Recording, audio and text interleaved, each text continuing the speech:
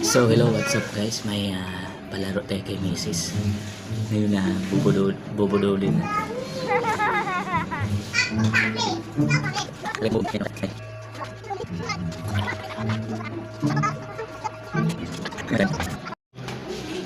So ayun na guys, mga guys, ginawa natin. Ngayon may tatanong tayo kay Mrs.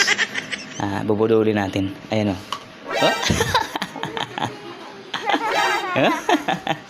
Ayun, nasa kwarto siya. Puntahan natin. Hello.